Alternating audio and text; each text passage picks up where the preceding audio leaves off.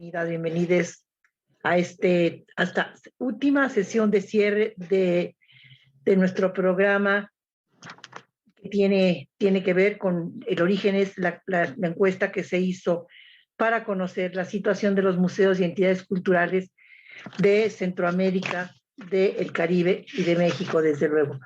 Un trabajo colegiado que no hubiera podido ser llevado a cabo, desde luego, sin la presencia del ILM, de Cultura UNAM, de AECID, la Agencia de Cultura Española, estuvo Eva Bañuelos con nosotros, de Aura Cultura, estuvieron también aquí con nosotros, que fueron los encargados de la interpretación, Patronato del MUAC, Siete Colores, y Buen Día y Laredo. Es una encuesta que, bueno, tiene ese tinte profesional, porque en nuestros países, decíamos, no es como materia común conocer para diagnosticar, repensar a través de todo, escuchar para avanzar.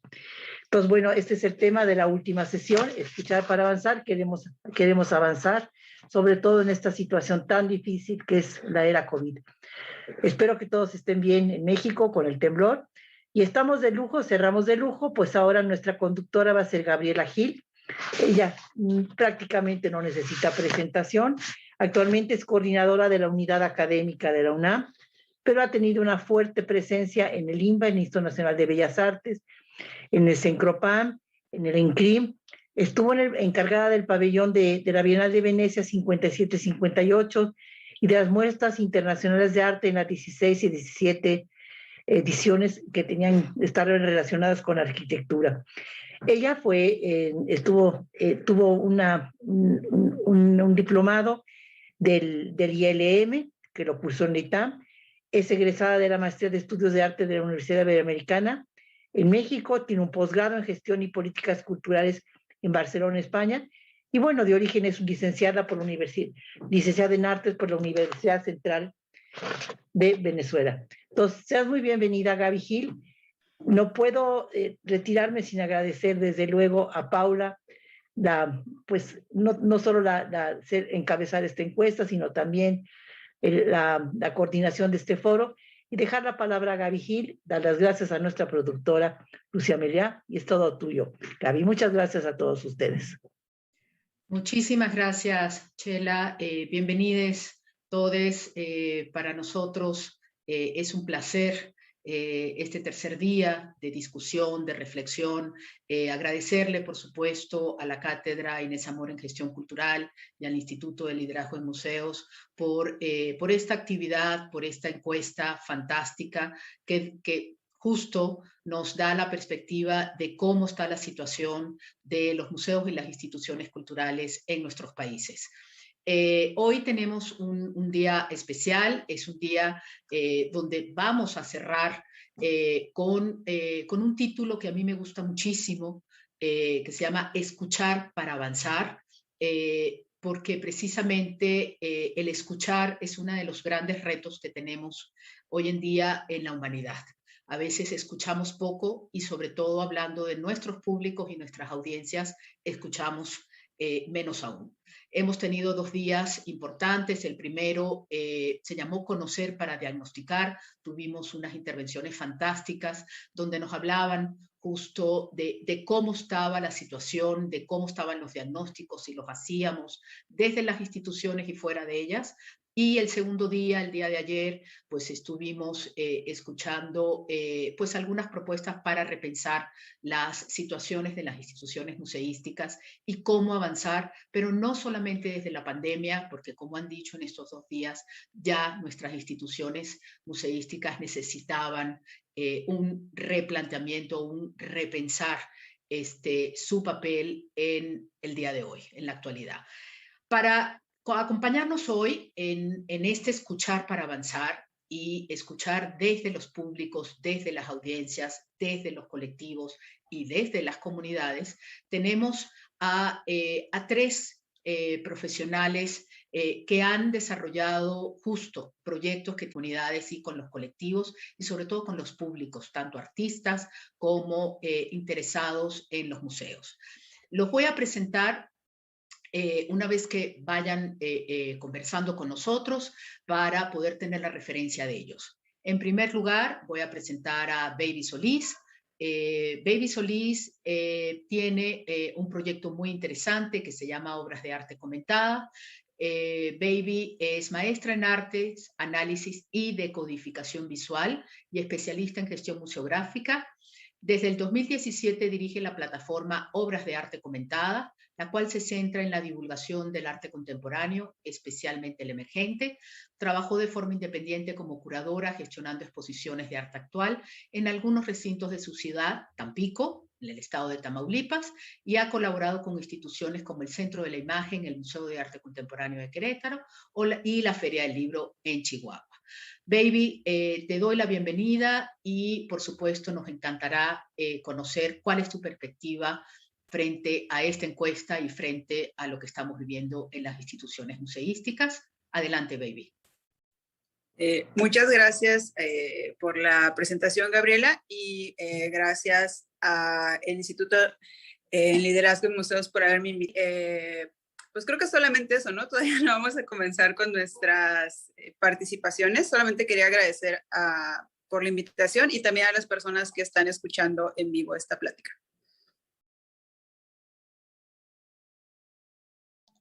Sí, si quieres, Baby, podemos empezar un poco con, con lo que teníamos planteado, que tenía que ver con cómo están nuestras audiencias, partiendo de un ecosistema cultural.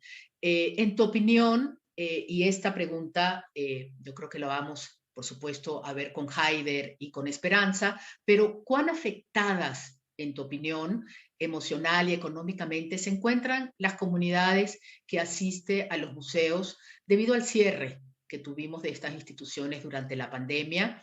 Y un poco si nos podrías dar una comparativa de cómo estaban en el 2019 y ahora en el 21, después de año y medio, pues cómo se encuentran estas audiencias, cuál es el sentir del público con respecto a los museos. Claro, bueno, sobre qué tan afectadas están las audiencias, hay dos partes que se mencionan en la encuesta. Una era económicamente y otra era emocionalmente. Yo creo que económicamente, como lo pudimos ver en los resultados de la encuesta, los presupuestos de las personas, yo creo que no hay absolutamente una sola persona a la que no, ni ninguna institución a la que económicamente no le haya afectado la pandemia, ¿no? En cuanto a ingresos, yo misma lo vi con mi plataforma. Mi plataforma tiene un pequeño patronato, se sostiene gracias a un patronato, a un sistema de micromecenazgo, y varias personas me dijeron eso, ¿no? Tenemos que dejar de formar parte del patronato por cuestiones económicas, y bueno, son personas que se dedican al arte. Entonces, económicamente me parece que no hay una sola persona de las audiencias que no haya sido afectada. Y sobre el tema emocional, hay algo que sí tenía muchas ganas de compartirles, porque fue incluso una sorpresa para mí hasta cierto punto. Pues yo soy de la generación que fuertemente cuestiona a los museos como espacios de poder, como instituciones que han borrado ciertas narrativas, que se han apropiado de objetos que no les pertenecen.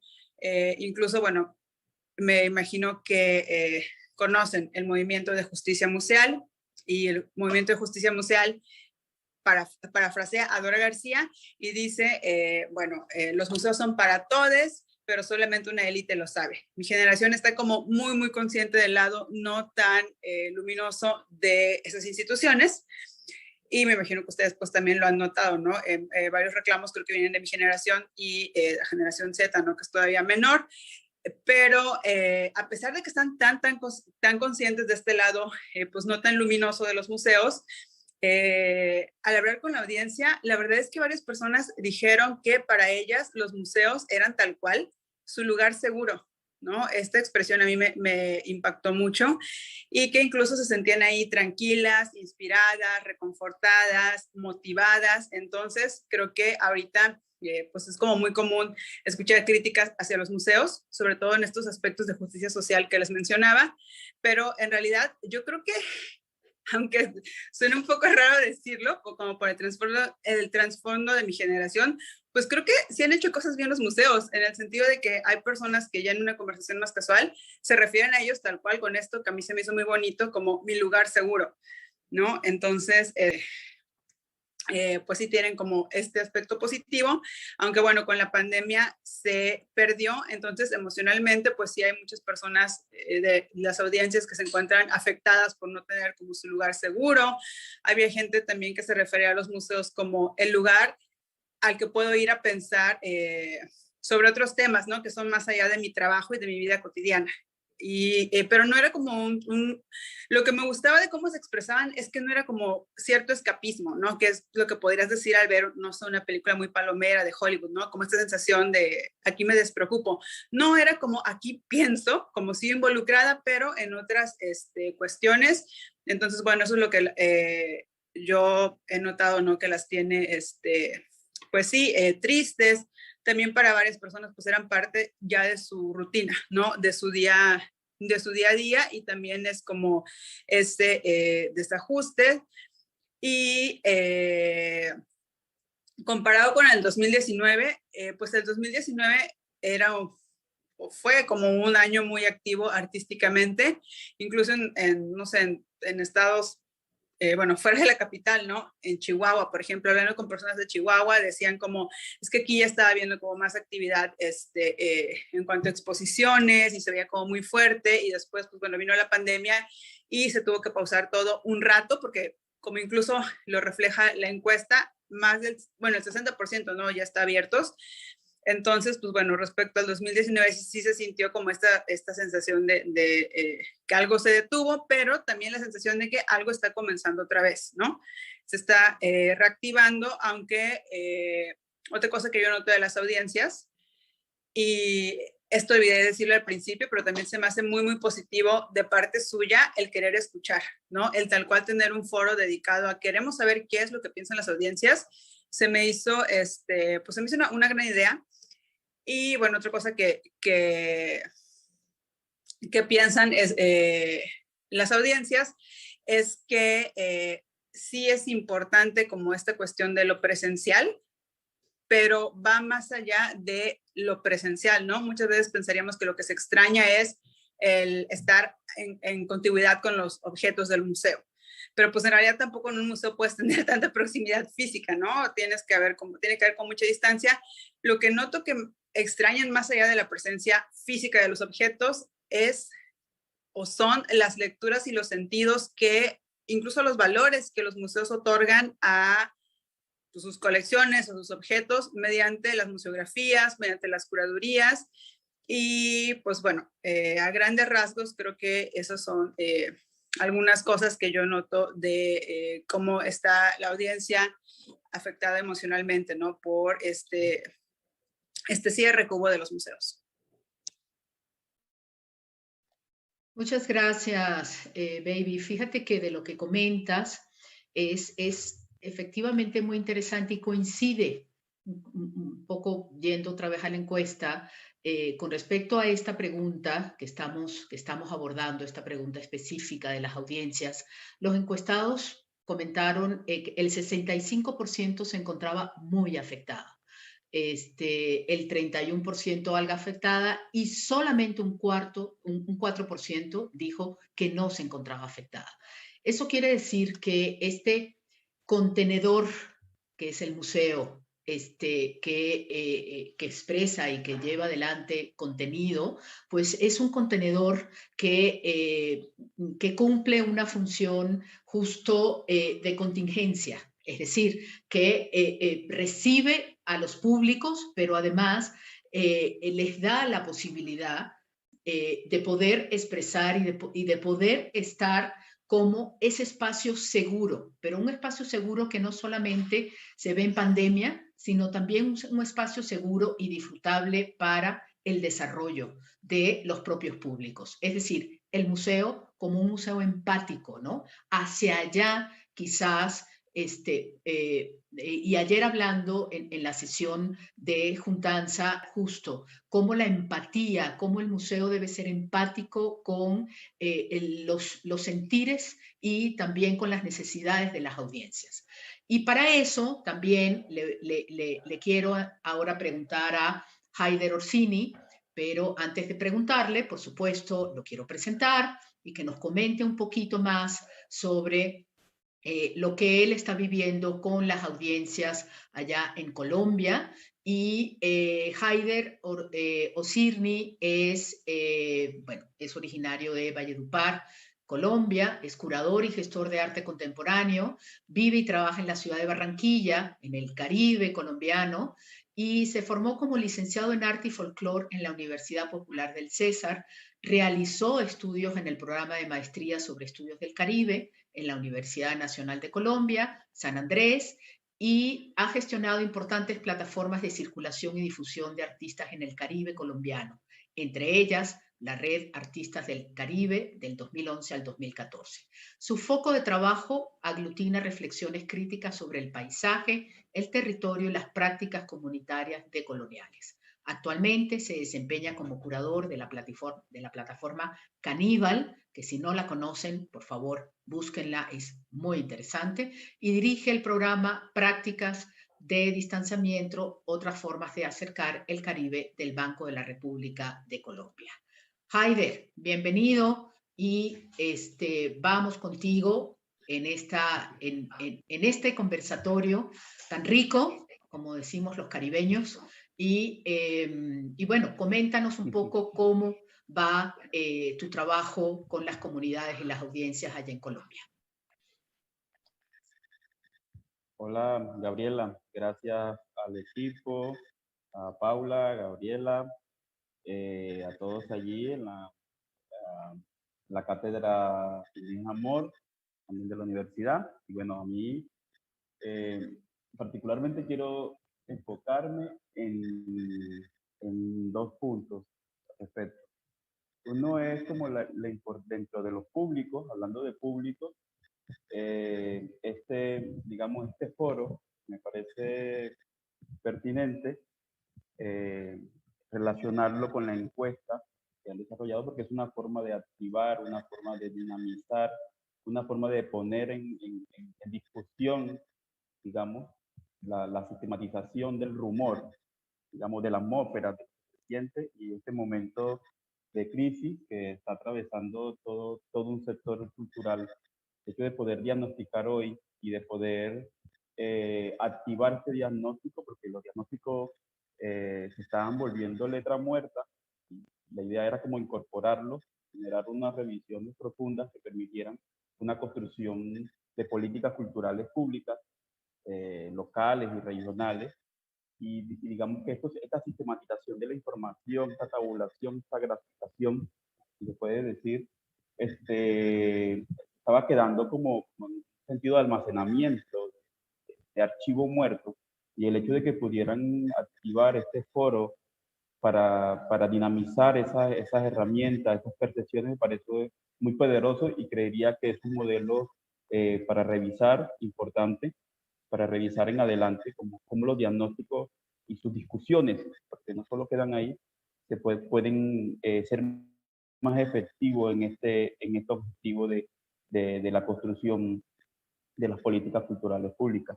Y por otro lado, de la encuesta, quiero también hacer un énfasis en la dimensión comunitaria. Me pareció muy importante que pudieran como ir hacia ese interés de lo comunitario, en el caso de la tipología, de los museos, de qué tipos están, cuál es esa estructura de los museos, y vemos que dentro de esa tipología, en el Caribe encontramos el 55% de entidades está enfocada en el arte. Y en cuanto a la gobernanza, esto de lo público y lo privado, en el Caribe lo vemos en un porcentaje del 6%, quizás el más alto, y si nos vamos a profundidad, vamos a encontrar que no podemos, digamos, la forma de determinar el Caribe es a partir de su dimensión comunitaria, y allí, bueno, profundizaremos más adelante.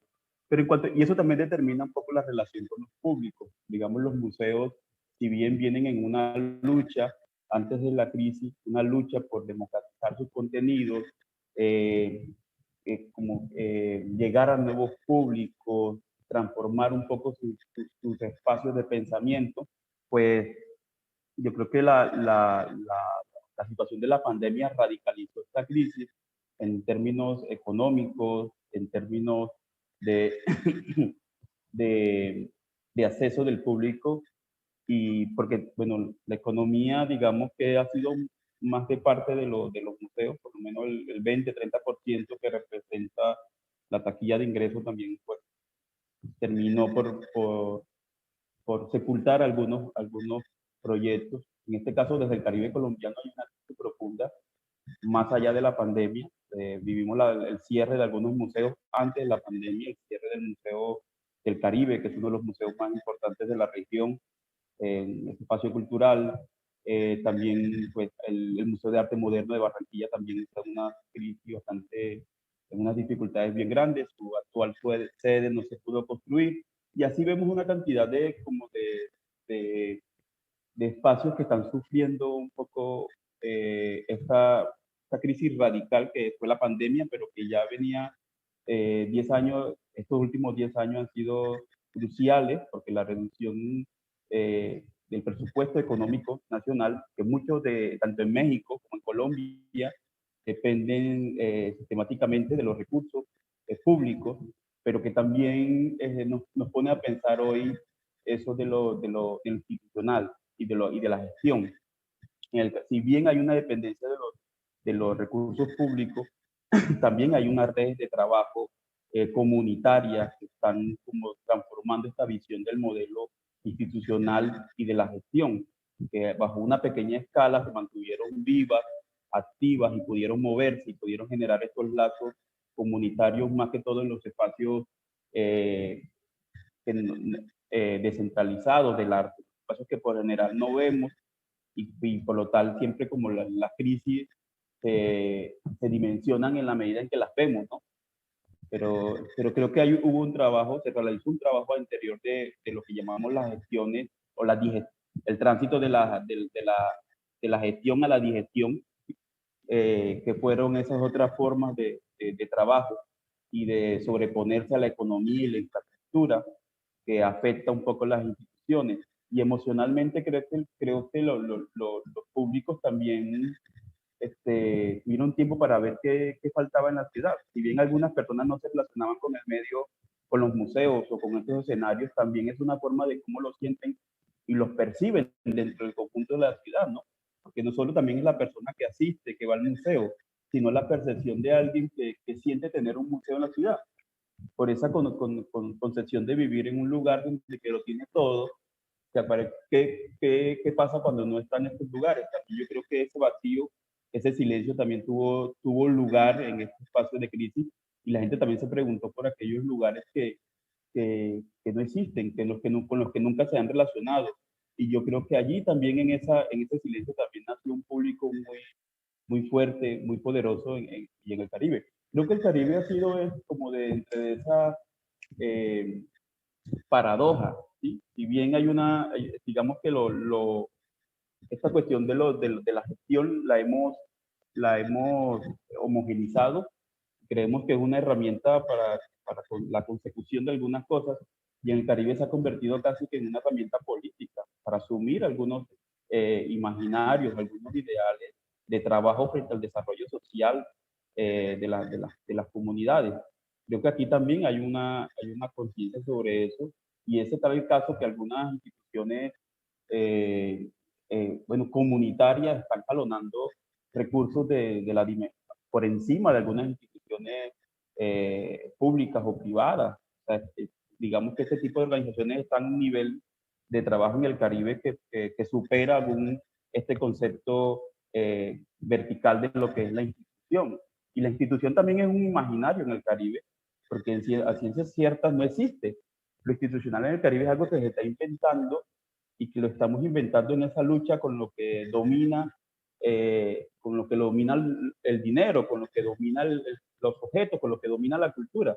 pero realmente en el Caribe han llegado a ocupar ese espacio, quizás a sobrepasar ese imaginario los espacios comunitarios. Y lo digo porque allí han llegado a cumplir todo ese tipo de funciones al punto de creerse que están por encima de la institución, que también ha generado un problema eso, ¿no? Del creerse que nosotros somos la institución, de que podemos asumir eso, y digamos dentro de los roles de trabajo ese cruce también genera un problema grandísimo, que llega el momento de que el institucional desaparece y como tal también deja de cumplir sus funciones, y de allí viene un capital importante, tanto en la construcción y diálogo de la sociedad. Entonces creo que esos aspectos de redefinir un poco el concepto de institución en el Caribe, creo que eso está revaluándose. Y está revaluándose porque las instituciones, especialmente los museos, entraron en una crisis profunda de infraestructura y de economía, y esta les generó una precariedad, y esta precariedad los llevó a relacionarse en un sentido horizontal comunitario, casi que vivir de la manera colaborativa de las comunidades, de los que las comunidades, las personas podían aportar, y creo que allí esta deficiencia también les generó otro tipo de conciencia. Y vemos museos que no existen, como el MUSAC, o vemos un museo que lo hizo la misma comunidad, como el Museo Histórico de Fonseca, o vemos algunos proyectos de gestiones también, como es la misma Bienal del Gueto de Haití, por poner un gran ejemplo, que es un evento, una programación que sucede, pero que no tiene una infraestructura. Entonces, se han generado unas economías, unas gestiones casi que gaseosas, volátiles, que se mueven, son flotantes y que tienen una organicidad muy poderosa, porque es otra forma de hacerle el quite a esta parte dura y concreta de lo que es la institucionalidad y la gestión. Y creo que los públicos también están en ese, como ahora mismo en ese estado también. Creo que va a ser muy importante la forma en que se redefinan educativamente estos espacios. Creo que si bien en los últimos años, ya los llaman departamentos, antes eran oficinas, las oficinas de educación, ahora ya se llaman y han ido ganando unos espacios bastante amplios dentro de los museos, especialmente estos campos educativos y estas formas de traducción cultural que se dan desde el museo, como esa interpretación de lo que contiene el museo. Creo que va a ser una cuestión voraz hoy, va a ser una cuestión hoy vertiginosa, porque allí es donde está realmente la captación del público. Creo que reconectar esos públicos es un momento, así como es de crisis, va a ser un momento muy oportuno para estas instituciones, porque va a ser una oportunidad para capitalizar los públicos, capitalizar esas otras formas de acceder a lo cultural. Y digo acceder a lo cultural porque antes estaba todo como etiquetado, como la conciencia que había sobre lo que es un espacio de museo, lo que es esto, lo que es la iglesia, y yo creo que estos espacios perdieron, llegaron a un nivel de relacionamiento bastante horizontal y perdieron esa condición de poder. Y creo que nos va a reubicar un poco, y aquí viene un poco el que se piense más esta relación desde lo educativo, desde lo pedagógico, desde la capacidad de traducción, es el que va a tener mayores posibilidades de sostener. Qué interesante lo que dices, Jaiber, y eso lo conecto con lo que hemos estado hablando en estos 2 días, porque sin duda tú haces alusión a las políticas culturales y políticas públicas, cómo han cambiado de estas instituciones, las que han cambiado, las que han llegado a cambiar, hay otras que no. Y esto que dices de que las instituciones pues han perdido un poco, si lo decimos con las mismas palabras que ayer comentamos, han perdido el sentido, ese sentido que ha ido recuperando la comunidad y que ha ido recuperando los públicos. Y ustedes dos, tanto tú como Baby, que llevan adelante plataformas, redes con artistas que que por supuesto tienen un vínculo con las instituciones, pero que han logrado llevar adelante más allá los proyectos sin las instituciones.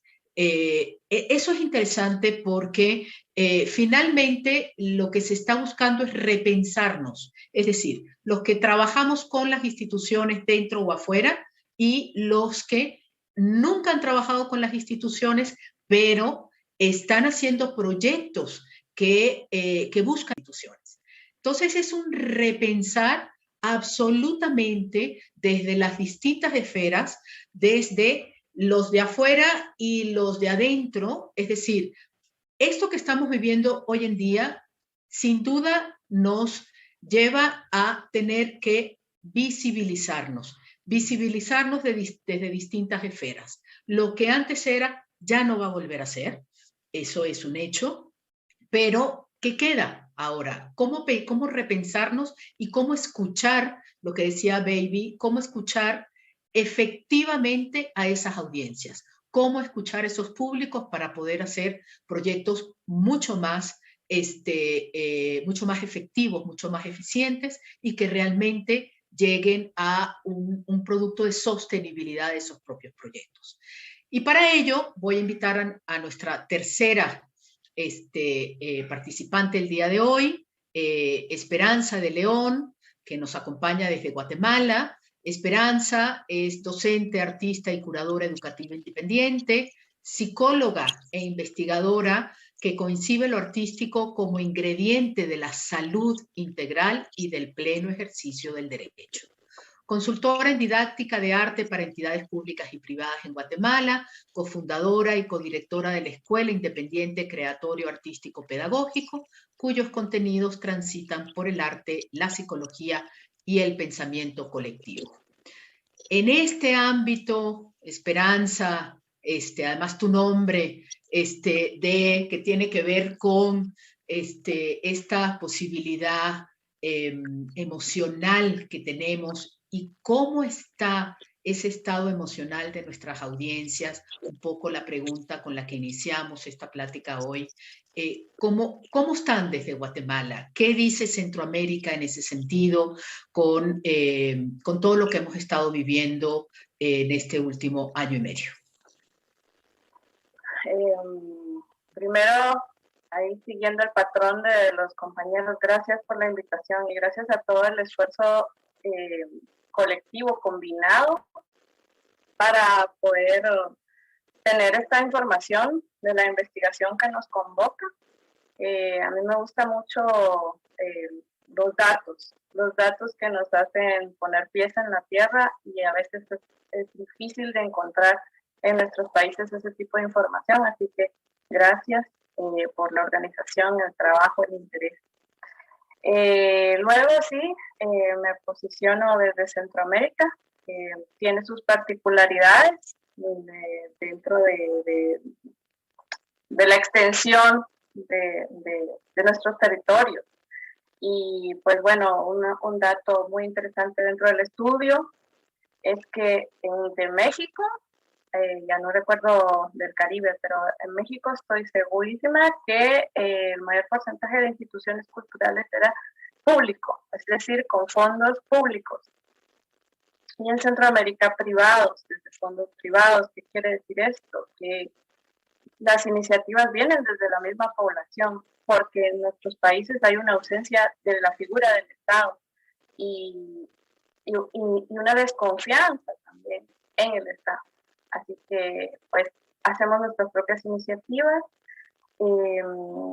Personalmente, trabajo desde ahí, desde mi propia gestión, y me posiciono desde el sector popular y obrero, que es mi experiencia de vida, pero también es mi público preferido para trabajar.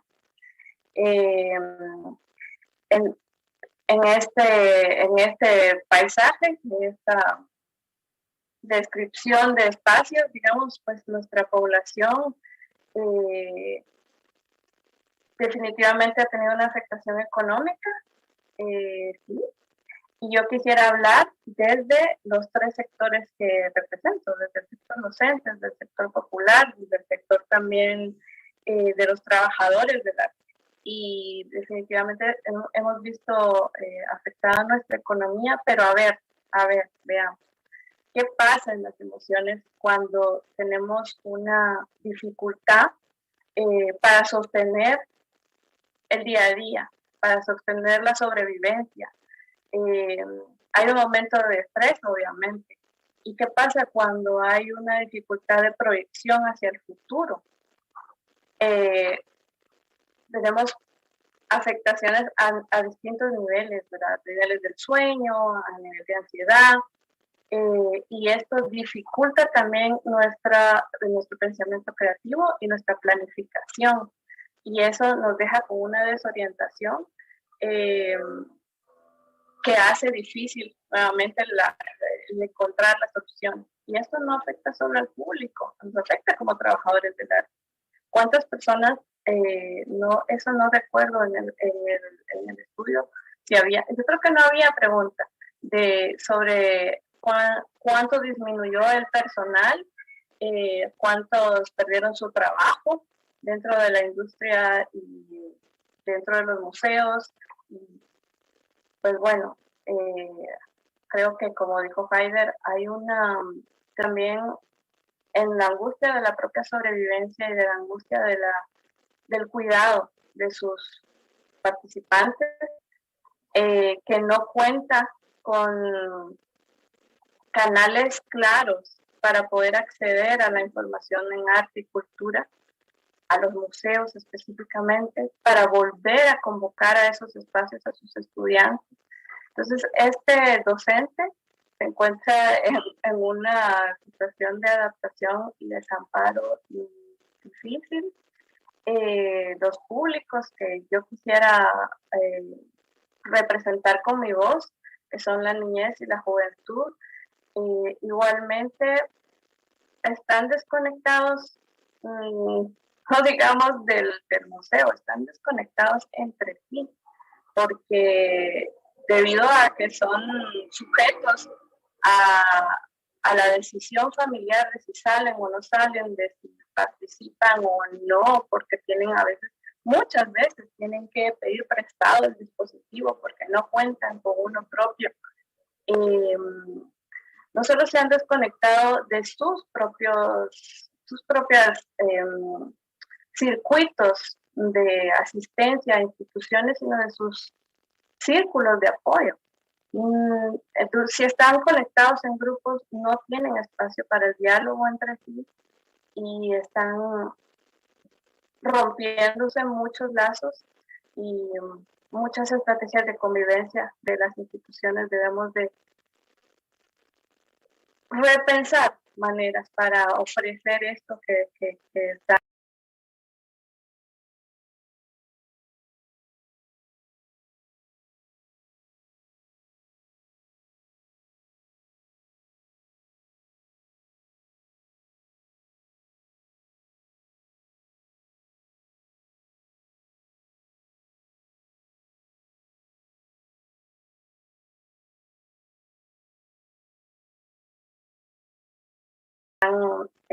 Necesitando, y como trabajadores del arte también estamos tan en la jugada de cómo reaccionamos y construimos, que creo que también estamos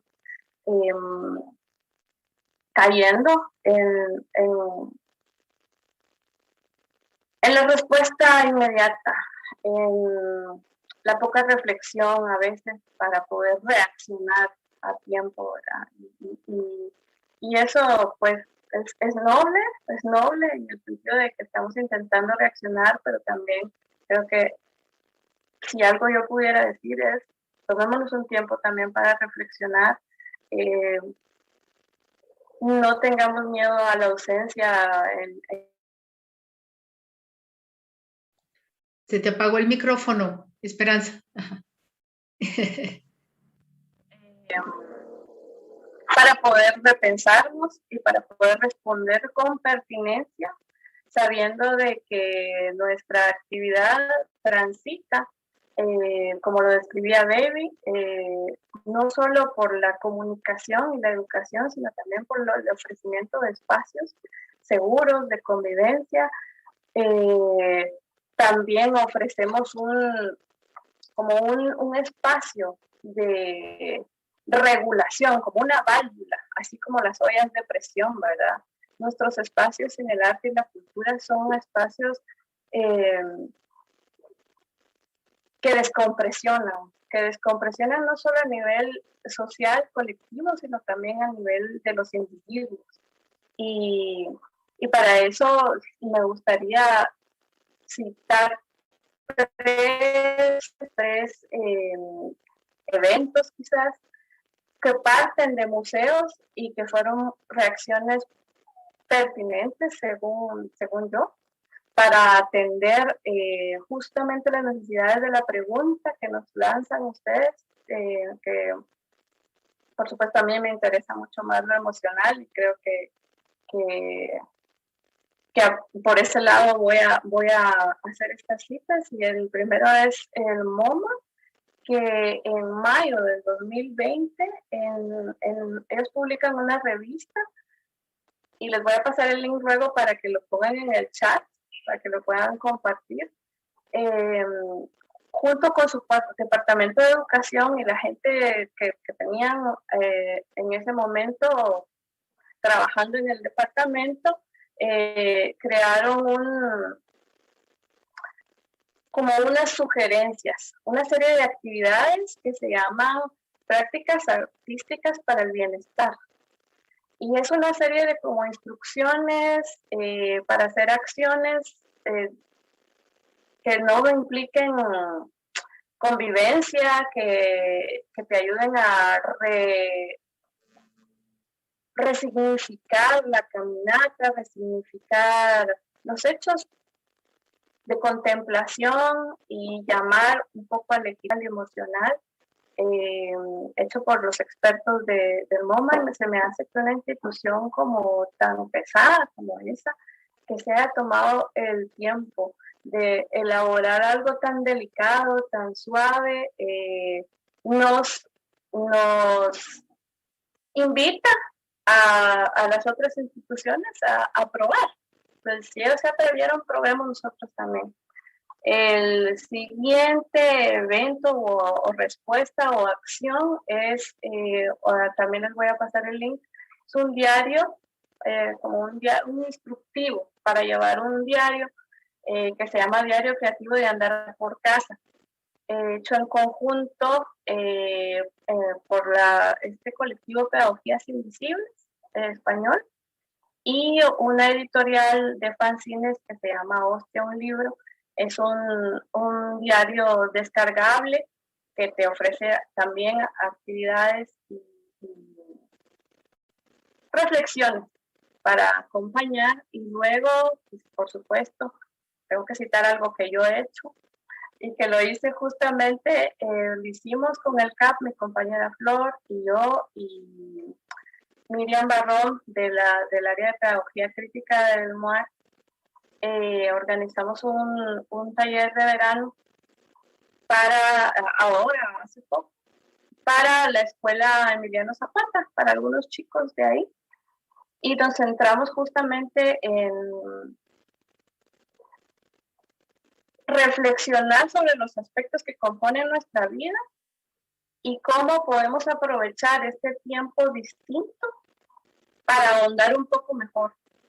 Esto con diferentes actividades, como un tema diario, por ejemplo, les voy a decir unos tres, por ejemplo, la alimentación, el sueño y la luz del sol, las emociones. Esos fueron tres, teníamos 9 o 10 temas diferentes, y cada día veíamos uno y trabajábamos con los chicos, de entre 7 años,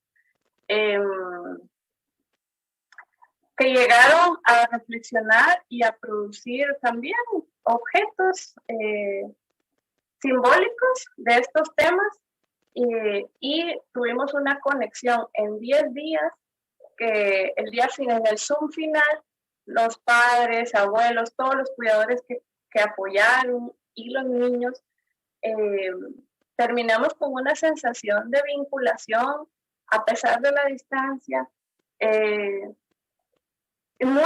Varios estábamos a punto de las lágrimas, de la emoción, de haber podido compartir todas esas ideas y como instituciones culturales.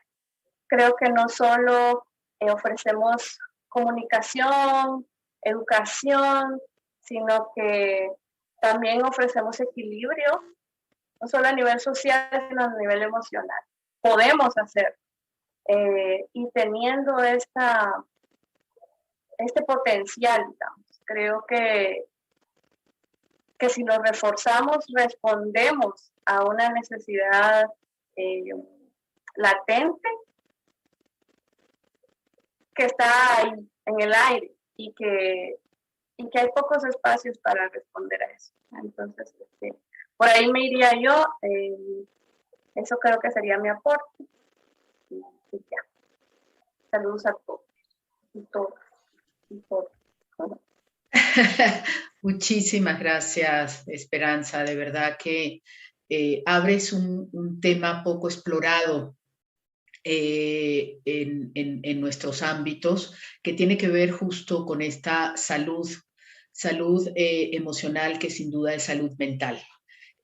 Mucho se ha hablado en otros ámbitos sobre cómo está el sector, pero el tema de la salud mental es un tema importantísimo, no solamente dentro de nuestras instituciones culturales, sino también fuera de ellas, es decir, con esos públicos que además recibimos y que están buscando esta contención que hablábamos hace un momento con Haider, que tiene que ver con cómo nos sentimos, ¿no? Han habido muchos estudios, de hecho, ya se han mencionado aquí en estos espacios, en esta semana, las dos encuestas que ha hecho la UNAM, pero es muy importante hacer como énfasis en esto.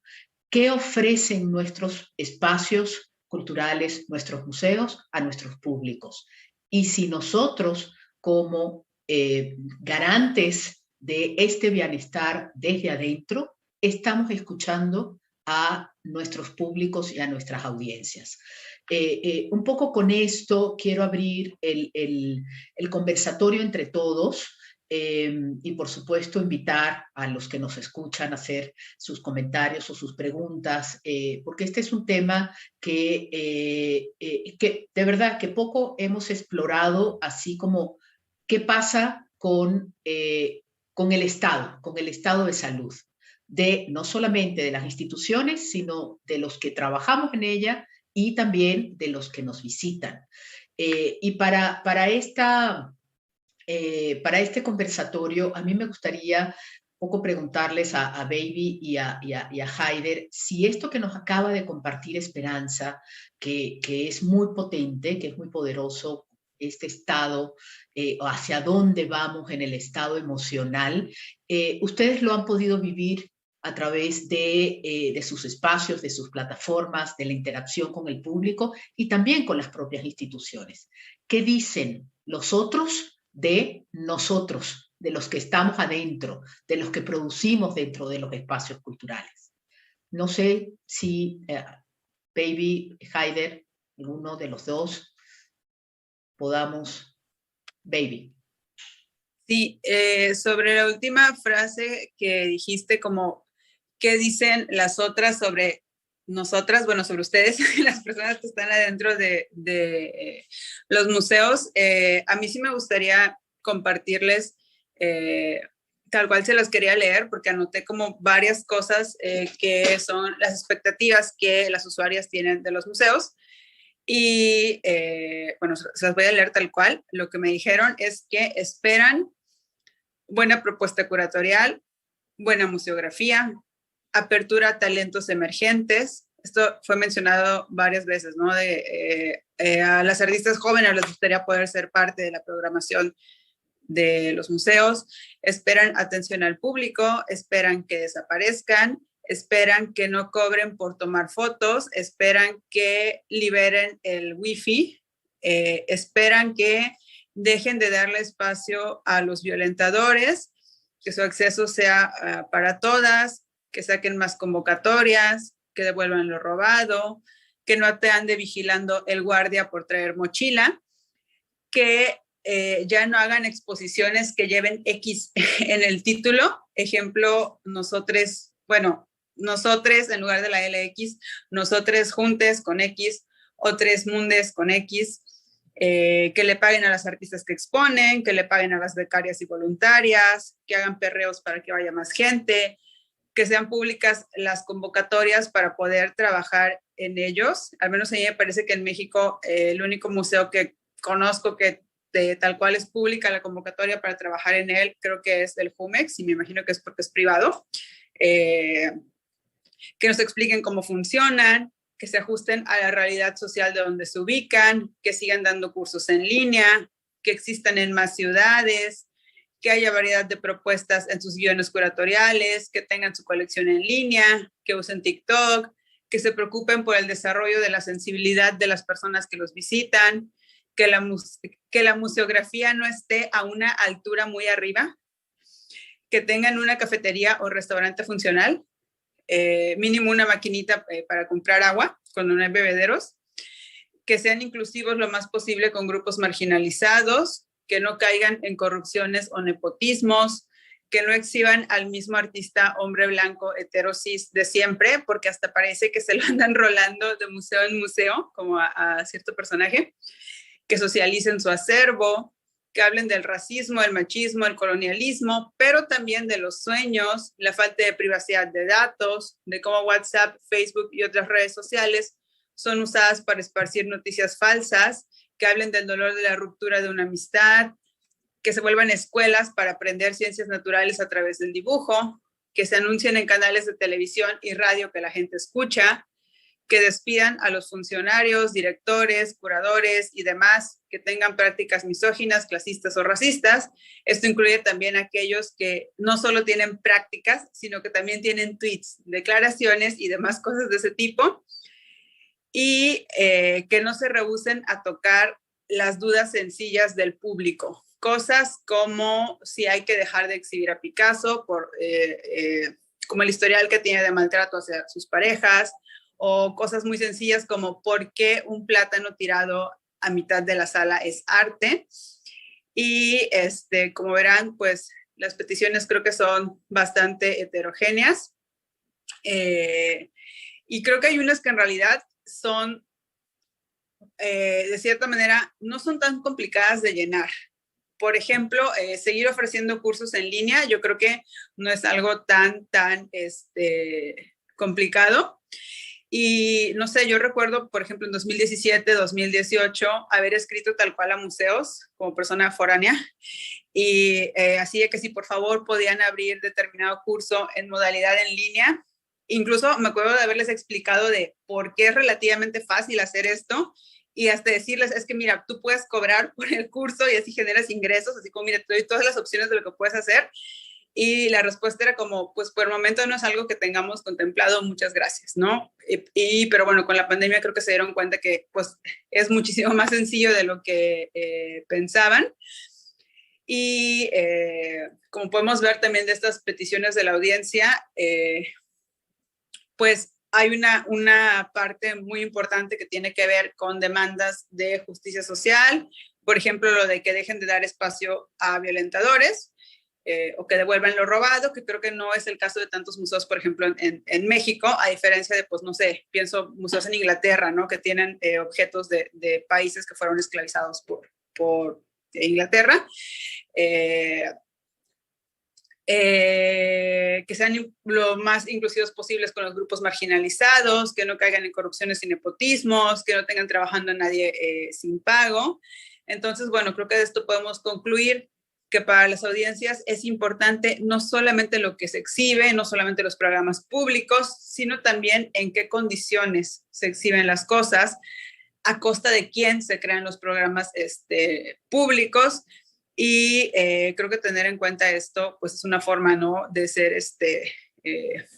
pues de tomar en cuenta a la audiencia, aunque en realidad yo noto que, por ejemplo, las demandas de justicia social, creo que sí las toman en cuenta algunos museos. Pienso, por ejemplo, en el MUAC, que le canceló una beca o un estímulo que había ganado un artista acusado de violencia de género, y eso fue el año pasado. Entonces me parece que sí están como muy, muy conscientes de esta parte que exige pues cierta audiencia, ¿no?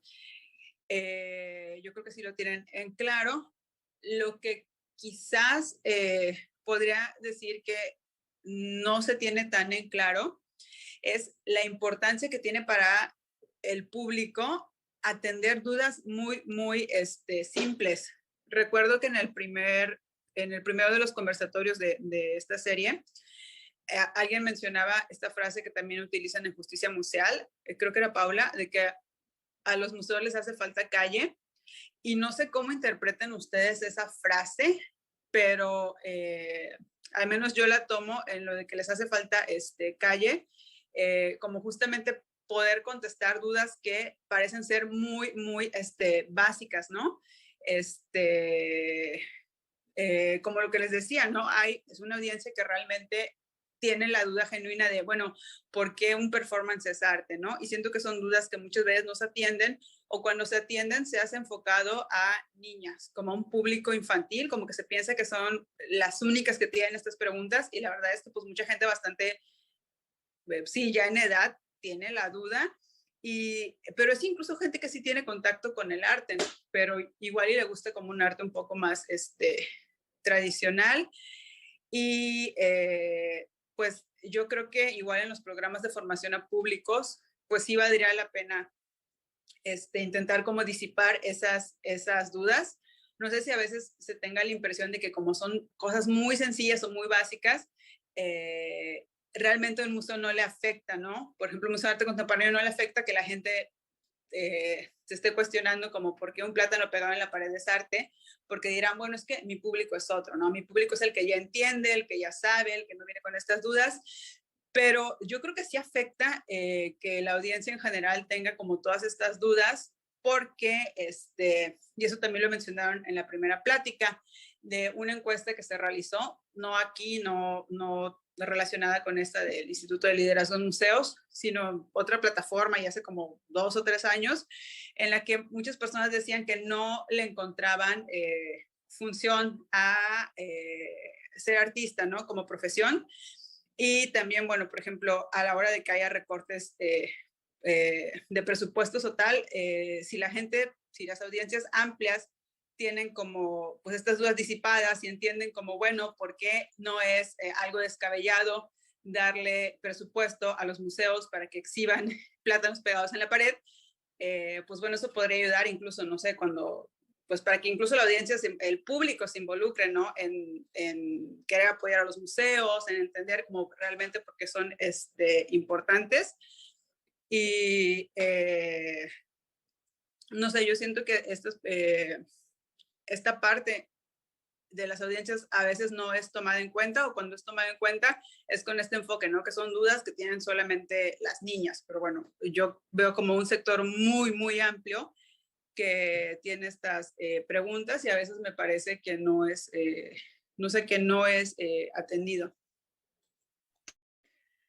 Baby, muchísimas gracias por compartirnos todo esto, que además es fantástico lo que estás haciendo ahí en la plataforma de obras de arte comentadas y en tu Instagram, que justo compartes con todas las audiencias estos cuestionamientos y estos planteamientos. Creo que los comentarios son comentarios más que nunca actuales, efectivos, y yo me quedo con 2 cosas que después quiero retomar, además con la coordinadora de este foro, justo, con Paula Duarte, que la vamos a invitar a conversar con nosotros en unos minutos también, porque sin duda el museo tiene que tener la apertura de esto que comentas de la justicia social y la inclusión. Es decir, cada vez más el tema de la justicia social, la inclusión y el ver a los otros y a nosotros es importante. Le había pedido también a Haider que hiciera un comentario con lo que nos dejó Esperanza. Con esto voy a cerrar un poquito esta ronda para pasar ya a la parte final del conversatorio y poder conversar con Paula, y justo con los resultados de esta encuesta y con lo que tú nos acabas de poner, Baby, que creo que es muy importante hacer el vínculo. Haider, ¿algún comentario con lo que nos dijo Esperanza sobre la salud emocional, la salud mental y qué nos dicen las audiencias?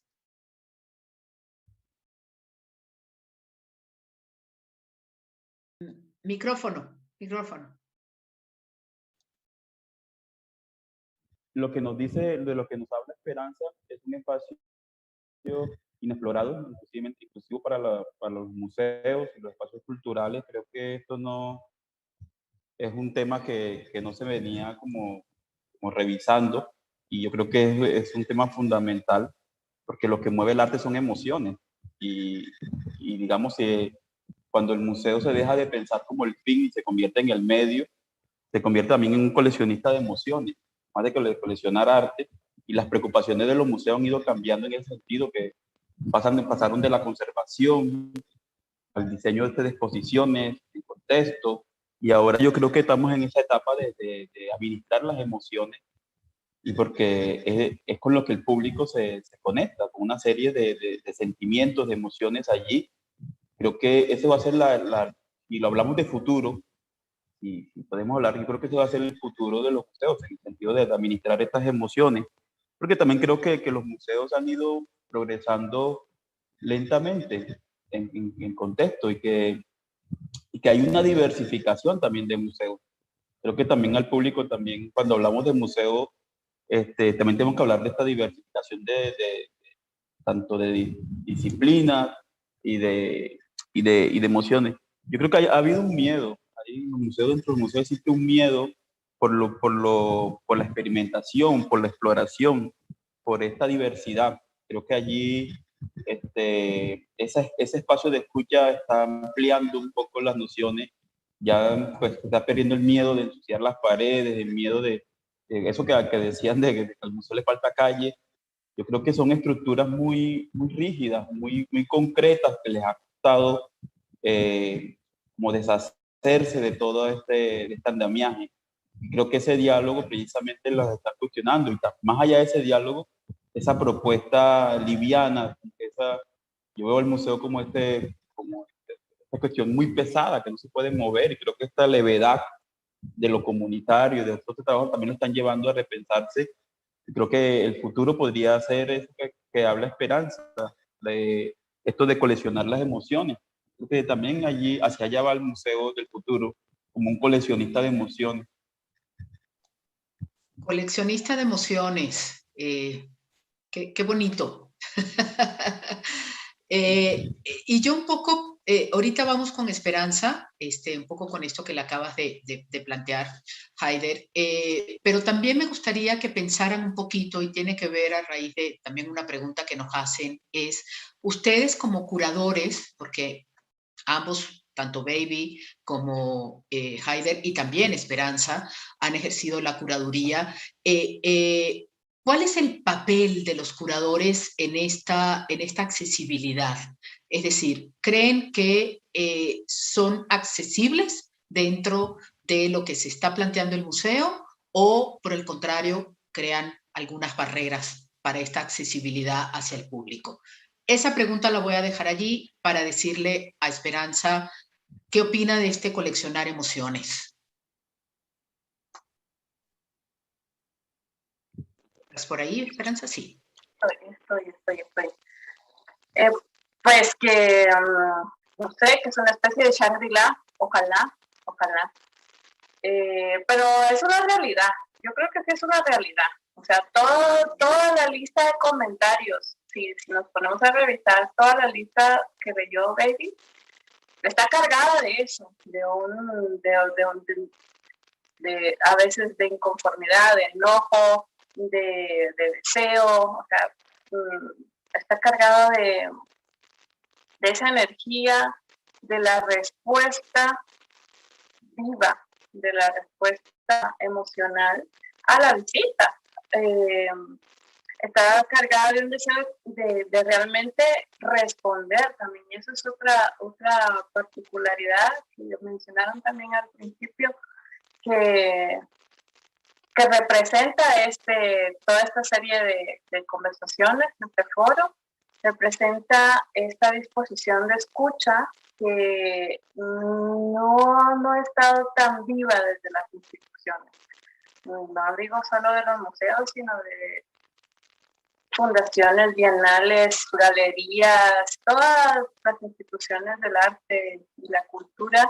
Es una especie de monólogo el que como hábito han tenido, ¿verdad? Esta especie de discurso hacia afuera, con una cosa ahí de intuición, de que cuál es la necesidad y lo que hace falta ofrecerle al público, sin tomarse mucho tiempo para escuchar realmente al público. No hay pocos dispositivos para poder entablar un diálogo real con estas instituciones. Entonces, desde la encuesta hasta el gesto de hacer estos foros, creo que demuestran esta disposición de escucha, y a partir de esa oportunidad de atender a las expresiones, vamos a encontrar esa colección de emociones y vamos a poder responder. Creo que también eso aumentaría la asistencia al público cuando hubiera una implicación, algo sí emocionante para ir a hacer, no algo tan pasivo de consumo, ¿verdad? Hacer yo ahí un par de ojos que se espera que vean y que quizás, ojalá, y suceda algo en el pensamiento, pero que yo no tenga boca, que tampoco tenga manos, que tampoco, o sea, eso como que era el público ideal, ¿verdad? Alguien que va, piensa, pero que no hable mucho ni muy fuerte y que no toque, ¿verdad? Entonces creo que a partir de esta disposición de diálogo vamos a poder responder y volver la visita algo más emocionante, algo más sugestivo, y de repente aumenta el público. No sé. Ahí lo dejo. Habrá que ver. Bueno, para volver a esta pregunta, me gustaría también invitar a Paula Duarte, porque además también es curadora, está curando ahorita una bienal con la Facultad de Artes y Diseño, y como coordinadora del ILM también tiene este acercamiento a todos estos datos, que nos da cita el día de hoy, que es la encuesta. ¿Qué opinan en estos? Porque bueno, no solamente dentro de los museos, creo que también desde otros espacios culturales como las bibliotecas, tenemos un comentario también muy interesante por ahí que dice asumir también a las bibliotecas como espacios para la reflexión y el conocimiento y el intercambio de experiencias de todas las artes y saberes comunitarias, porque si bien es cierto, las bibliotecas son espacios que nacieron, espacios comunitarios. Entonces, ¿qué opinan ustedes sobre estos papeles que se desarrollan dentro de las instituciones, como los papeles del curador o también los artistas mismos? ¿Creen que tanto los curadores como los artistas tienen este pensamiento, esta reflexión de accesibilidad hacia el público, o más bien crean estas barreras que a veces el público y las audiencias dicen, pues no entendemos muy bien por dónde va esto, ¿no? Entonces, ¿qué opinan sobre esto? ¿Quién quiere comentar?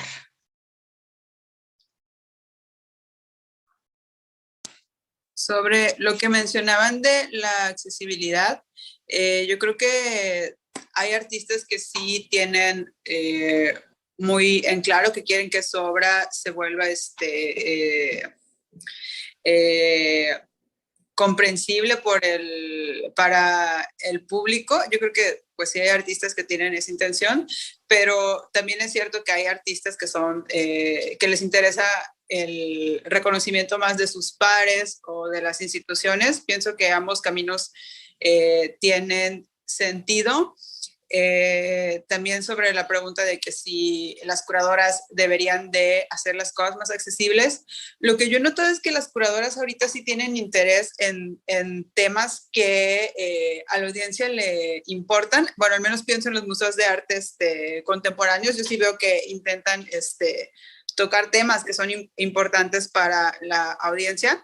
Volvemos, por ejemplo, a el caso del MUAC, los podcasts que sacaron, lo tengo muy presente porque me invitaron a uno, y los temas que tocaron eran pues totalmente de interés general, como por ejemplo la maternidad, el racismo, la precariedad en el campo cultural. Entonces yo creo que sí, las curadoras sí están tocando estos temas, y pero está la cuestión de pensar que son, no sé, las facilitadoras de sala o mediadoras, no recuerdo cómo les llaman, ¿no? Las que van a hacer este acercamiento con el público, pero sobre todo ahorita en el contexto de la pandemia, creo que tenemos que recordar que pues los públicos no están adentro nada más del museo, ¿no? Que es donde hacen su trabajo las mediadoras, y muchas veces todas estas ideas de la inaccesibilidad del arte o del elitismo, o que no cumple una función social, pues realmente se dieron afuera del museo, ¿no? Y de hecho se popularizaron mucho en internet, como a través de ciertos portavoces.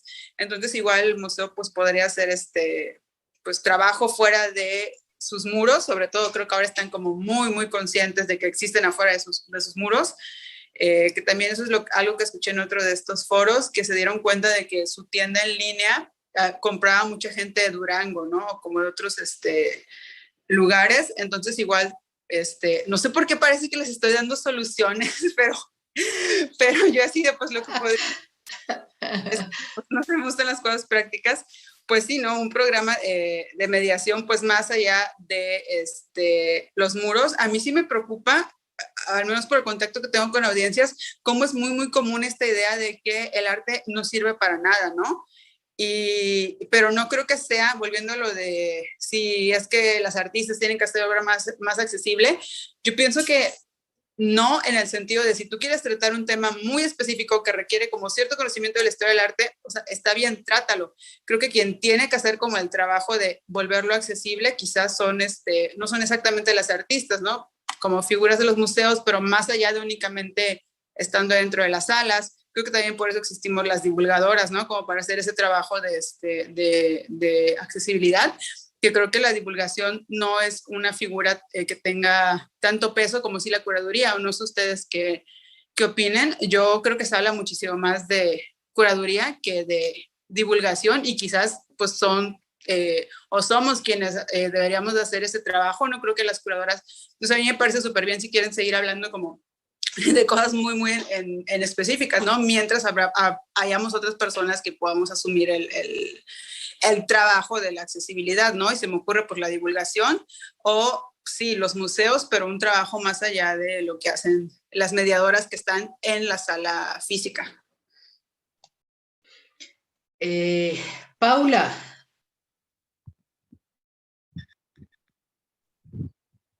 Pues coincido muchísimo en lo que comenta Baby. Y creo que, o sea, más allá, creo que el trabajo curatorial poco a poco ha ido modificando su escenario, ¿no? Creo que esta labor de mediación ha sido involucrada también a la labor curatorial. Y también, digamos, ahorita la formación de nuevos curadores, que también es una de las patitas del Instituto de Liderazgo de Museos en alianza con la UNAM en el campo de estudios curatoriales, se fomenta también este proceso de escucha, ¿no? O sea, como los nuevos curadores no solamente tienen que estar en escucha en esta atenta llamada de que a los museos les falta calle, a los curadores también les falta calle. O sea, les falta tener procesos de escucha mucho más atenta, mucho más empática a qué públicos se están dirigiendo. Lo que comentaba Baby es muy cierto. O sea, los artistas tienen procesos muy complejos de conceptualización y argumentación, y no solamente es labor de la mediación. O sea, también esta llamada curaduría pedagógica ha estado atenta a este tipo de procesos que pueden entremediar y curar lo que tendríamos que converger con el público. no dando cátedra, efectivamente esa no es la manera, no somos espacios en los que se dicta una verdad absoluta, sino que somos procesos, somos espacios de foros de reflexión. En eso compartimos mucho con otros espacios culturales como las bibliotecas, como los salones de exposición abiertas, como los espacios autogestivos. O sea, el consolidarnos también como un espacio de atenta escucha, no solamente las comunidades al interior del museo, que también creo que lo que Baby comentaba hace un momento, de esos procesos de comunicación al interior de la institución. ¿Qué pasa con las comunidades que están dentro de los museos o de las instituciones? A veces ni siquiera ese proceso de socialización de por qué se está haciendo una exposición se realiza al interior de la exposición, y quienes custodian las obras, estas personas que están en contacto directamente con el público, a veces no tienen ni siquiera idea del por qué una exposición está en la sala que ellos están custodiando. Entonces, efectivamente, y ahorita agradecía también las palabras de Baby, de que quizás estaba dando soluciones, pero es que efectivamente si escucháramos más a las audiencias, y gracias a este listado que te voy a pedir más adelante, Baby, para que lo tengamos muy presente y lo podamos socializar con otras entidades, quizás encontraríamos soluciones que son mucho más básicas de lo que nosotros estamos imaginando. Creo que la curaduría ha cambiado sus procesos, es una labor y una práctica en completa evolución, afortunadamente, como todas, y que ahorita se está volcando muchísimo a los procesos colectivos, a las prácticas de curaduría colaborativa o curaduría comunitaria, también a partir de estas necesidades que vemos. No creo que per se seamos una barrera, creo que más bien estamos intentando modificar las prácticas para poder converger, ¿no? En este asunto que también comentaba Graciela, el asunto del museo como una instancia de poder. Creo que eso cada vez se está modificando, o así pienso yo, quizás de manera muy positiva, que tendríamos que irlo haciendo, o si no vamos a terminar siendo las instituciones vanas y vacías que no queremos ser. Sin nuestras audiencias no somos entidades de intercambio. Oye, yo estoy muy, muy contenta porque ustedes conocen un museo que no conozco yo y unos curadores que yo no conozco. La verdad, yo no conozco. Bravo, preséntenme esos curadores. Bien. No, sí hay, sí hay. Bueno, pero estoy contenta de que piensen así. Fíjate, dos cosas interesantes. Además, generalmente lo que tenemos son estudios como el que se hizo en la universidad y el ILM, pero no tenemos solamente dos estudios que yo conozca para ver el impacto emocional o sobre la personalidad.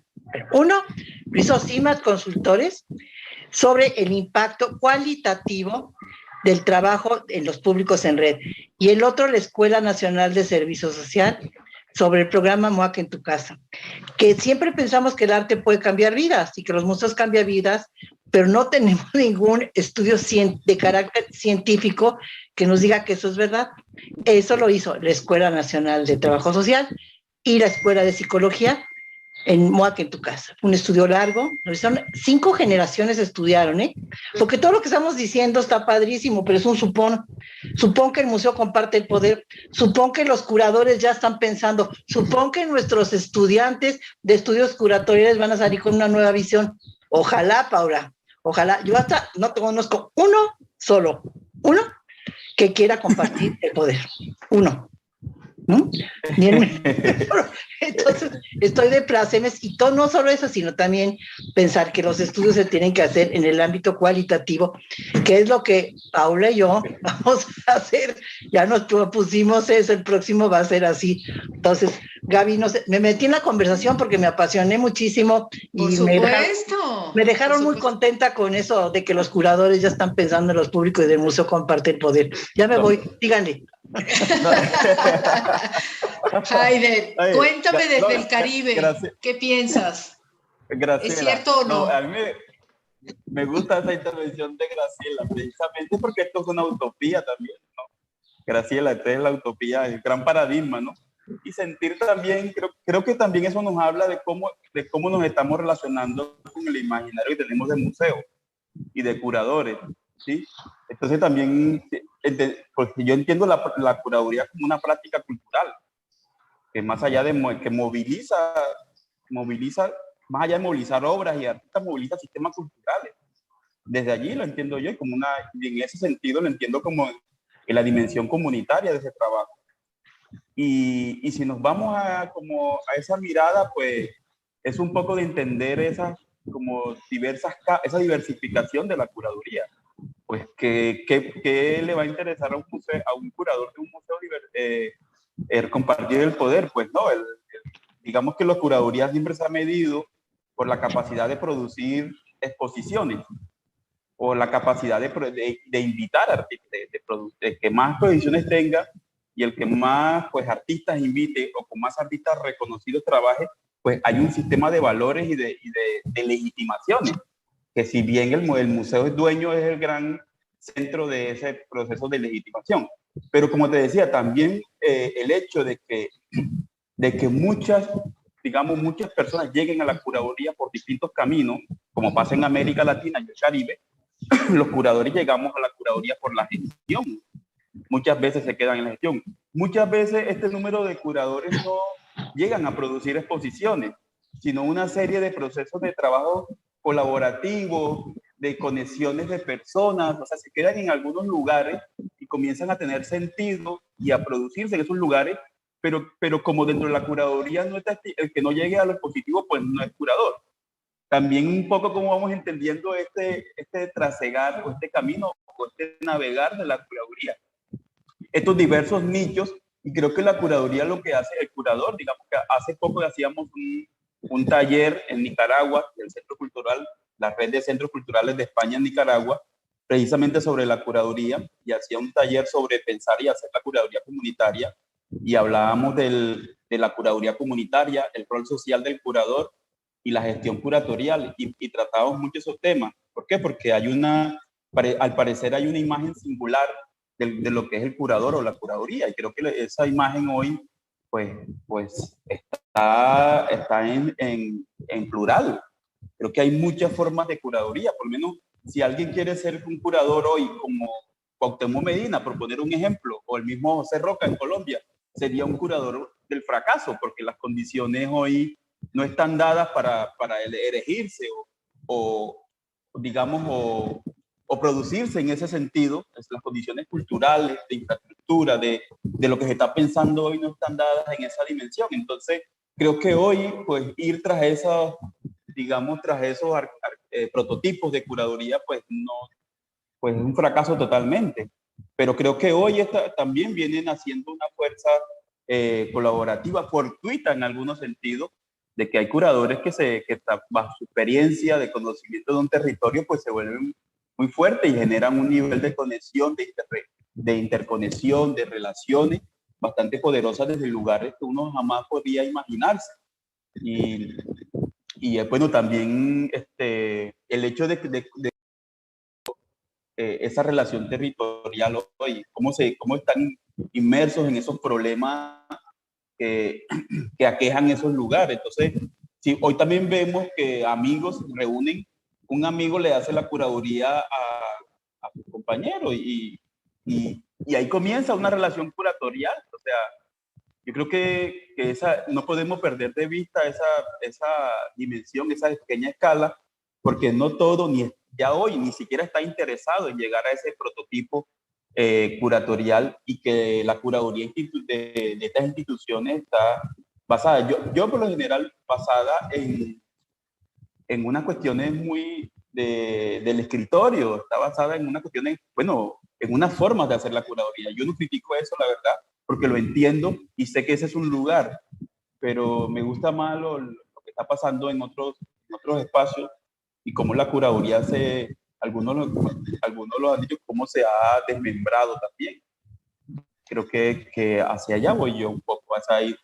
Me gusta entender la curaduría, por lo menos a mí, desde el espectador.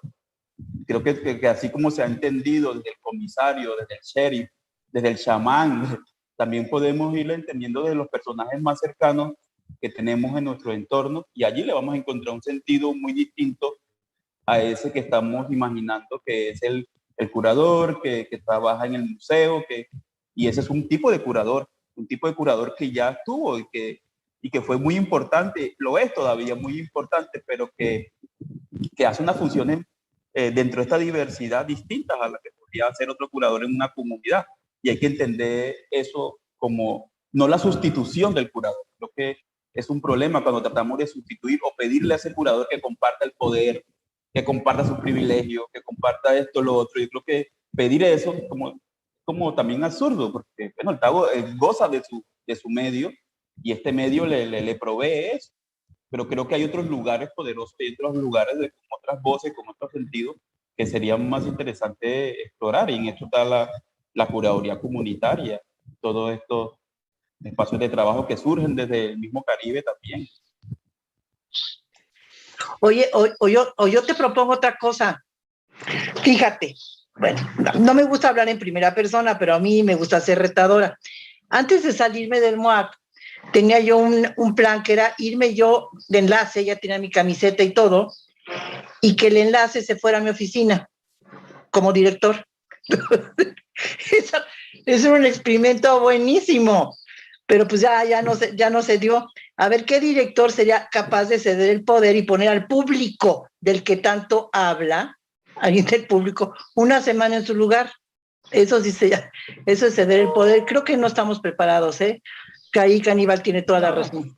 Y ahí vamos a pedirle a Baby que haga ese sondeo con el público. ¿Qué pasaría si eso pasa?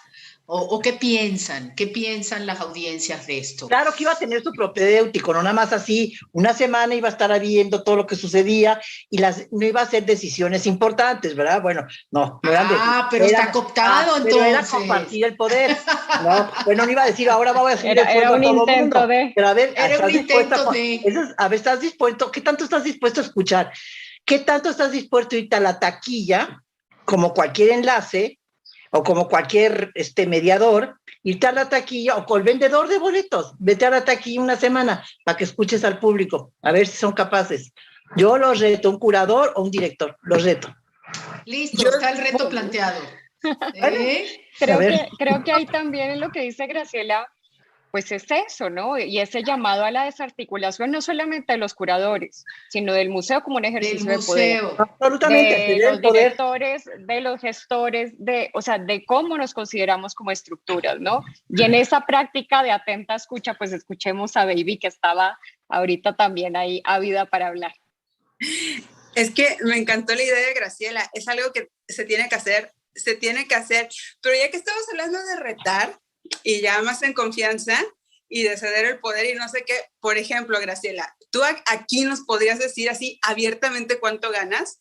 También son como esas dudas que claro, ahorita, no, pero yo estoy en la cátedra Inés Amor, no, casi que yo pago, no, gano como 15,000 pesos mensuales. Claro. Paula gana más que yo, Gaby, todos ganan más que yo, sí, claro. Sí, exactamente. Claro. Antes, el privilegio que tenía... Sí, somos un gremio que trabajamos por amor, pero pues también ya mejor. Bueno, te voy a dejar para que termines este foro. Adiós. Oigan, pues ha sido realmente un gusto y un placer. Ya estamos sobre la hora, nos quedan 2 minutitos para cerrar, porque ese es el propósito también de estos foros, de conversar, de hablar, pero también de no cansar, porque todos ya a estas alturas de la pandemia estamos cansados con las pantallas. Yo solamente recordarles que el sentido de esta tercera sesión es escuchar para avanzar. Creo, y yo en ese sentido estoy muy contenta porque nos hemos escuchado otras perspectivas desde Centroamérica, con Esperanza desde Guatemala, Haider desde el Caribe colombiano, Caribe amado y adorado, Baby desde el norte de México. Creo que han sido 3 perspectivas estupendas y el reto está en definitivamente escuchar. Necesitamos escuchar a todos los actores que participan en los proyectos y en las instituciones museísticas que hacemos. No solamente adentro, sino también afuera y quizás, como dice Graciela, sería muy interesante revertir el esquema. Poner a los de afuera adentro y los de adentro afuera a ver qué sucede. Entonces, yo los dejo con esta reflexión. No sé si quieran, Esperanza, Haider, Baby, muy rápido, un minutito en una reflexión final sobre este escuchar para avanzar. Haider. Bueno, yo creo que en el Caribe Ajá. Venimos de la tradición oral, y aquí nos escuchamos hablando. Aquí estamos escuchando al otro y estamos hablando. Como que tenemos esa doble como posibilidad dentro de la escucha. Creo que sí, es importante, creo que lo que viene pasando, digamos, a nivel de políticas culturales públicas y poniendo el ejemplo, en este caso de México y de Colombia, que yo creo que son los dos países en América Latina que cuentan con con programas públicos, uno de los programas públicos más robustos y más importantes, y como digamos,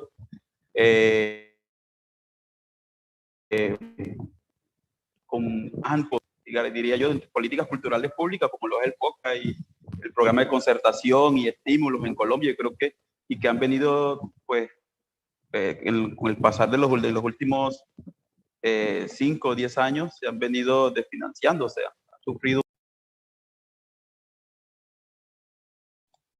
Se nos fue Haider. ¿Me escucha? ¿Me escucha? Ya, sí. Sí. Vale.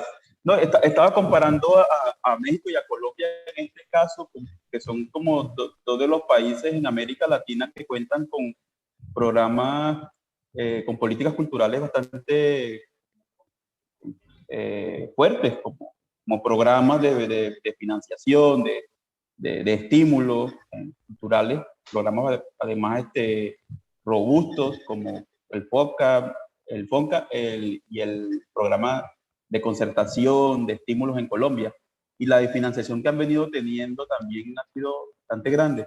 Entonces creo que el hecho de escuchar en Colombia y en el Caribe creo que ha sido significativo porque le ha abierto la posibilidad a los entes territoriales de construir estos pequeños programas en su gobierno. Creo que ya hoy, en la pandemia, eso fue un foco bien. Una de las cosas que rescatamos de la pandemia fue eso. Lugares donde no había este tipo de implementación de políticas culturales se implementaron, porque, bueno, en medida para suplir un poco todo, para mitigar toda esta crisis y todo este golpe que sufrió lo cultural, el campo cultural, pero también creo que eso se abrió gracias a la posibilidad de escuchar esas necesidades. Y creo que hoy, pues, es como la gran herramienta que tiene tanto lo público, lo privado, y que utiliza general naturalmente lo comunitario. Muy bien. Esperanza. Escuchar. Escuchar y también hacernos escuchar, alinearnos como instituciones también, como actantes y actores para ser concebidos y concebirnos también. No solo, como dijo Baby, instituciones de justicia social, sino también de salud. Voy a insistir. Porque desde ahí también, si nos reconcebimos y nos replanteamos de esa manera, también podremos justificar los presupuestos, hacer crecer los departamentos de investigación y de educación para poder reflejar eso en el presupuesto y en la cantidad de personas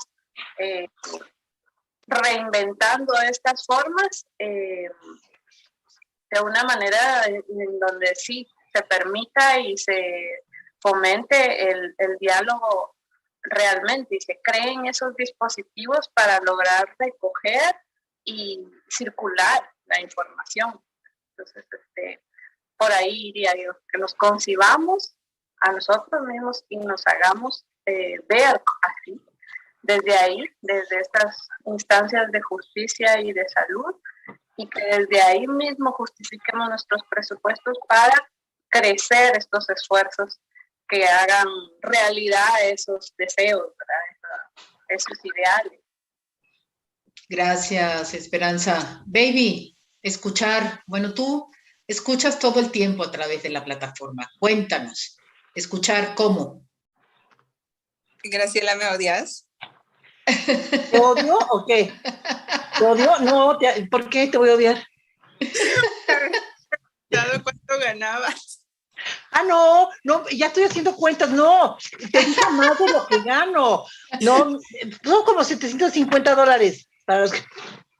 Sí, es muy random mi pregunta, pero si querías,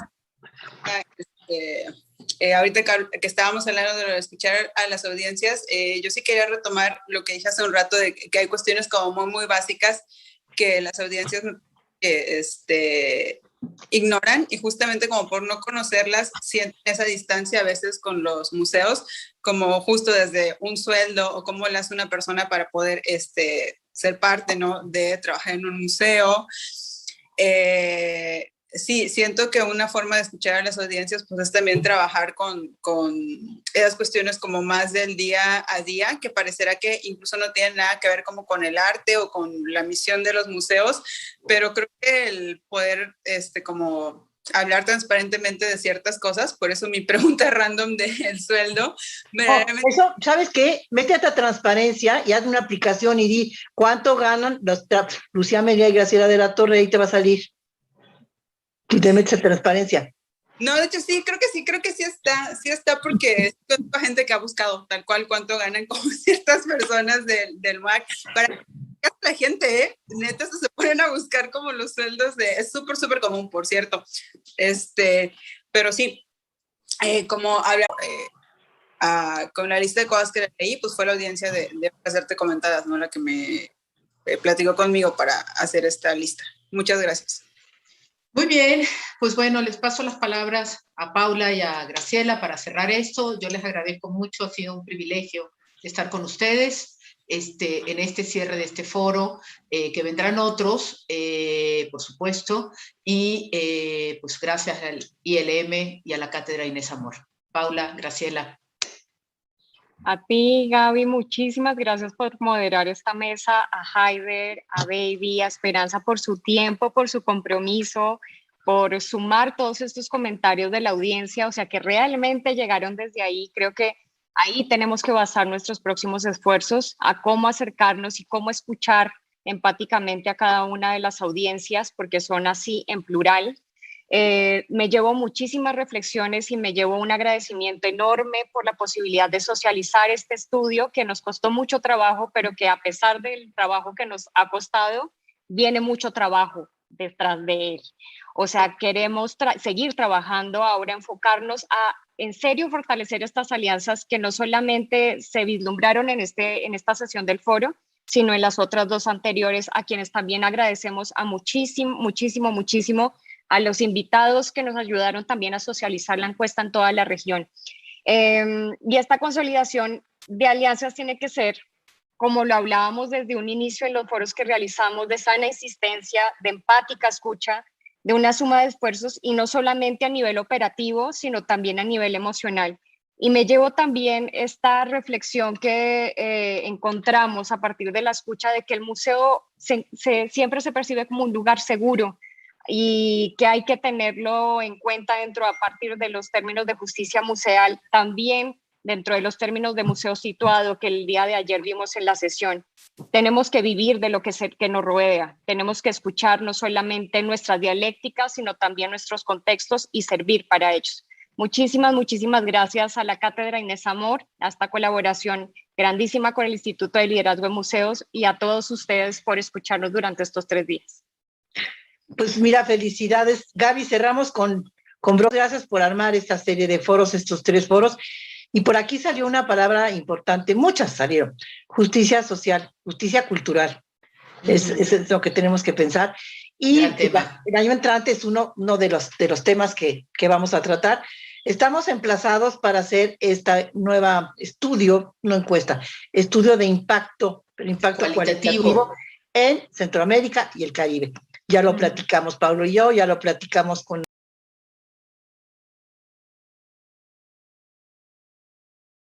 nuestros socios. Entonces, pues así lo haremos. Gaby nos tiene una sorpresa ahorita. Lucía, muchas gracias como siempre por la producción. La próxima vez queremos verte. ¿Ok?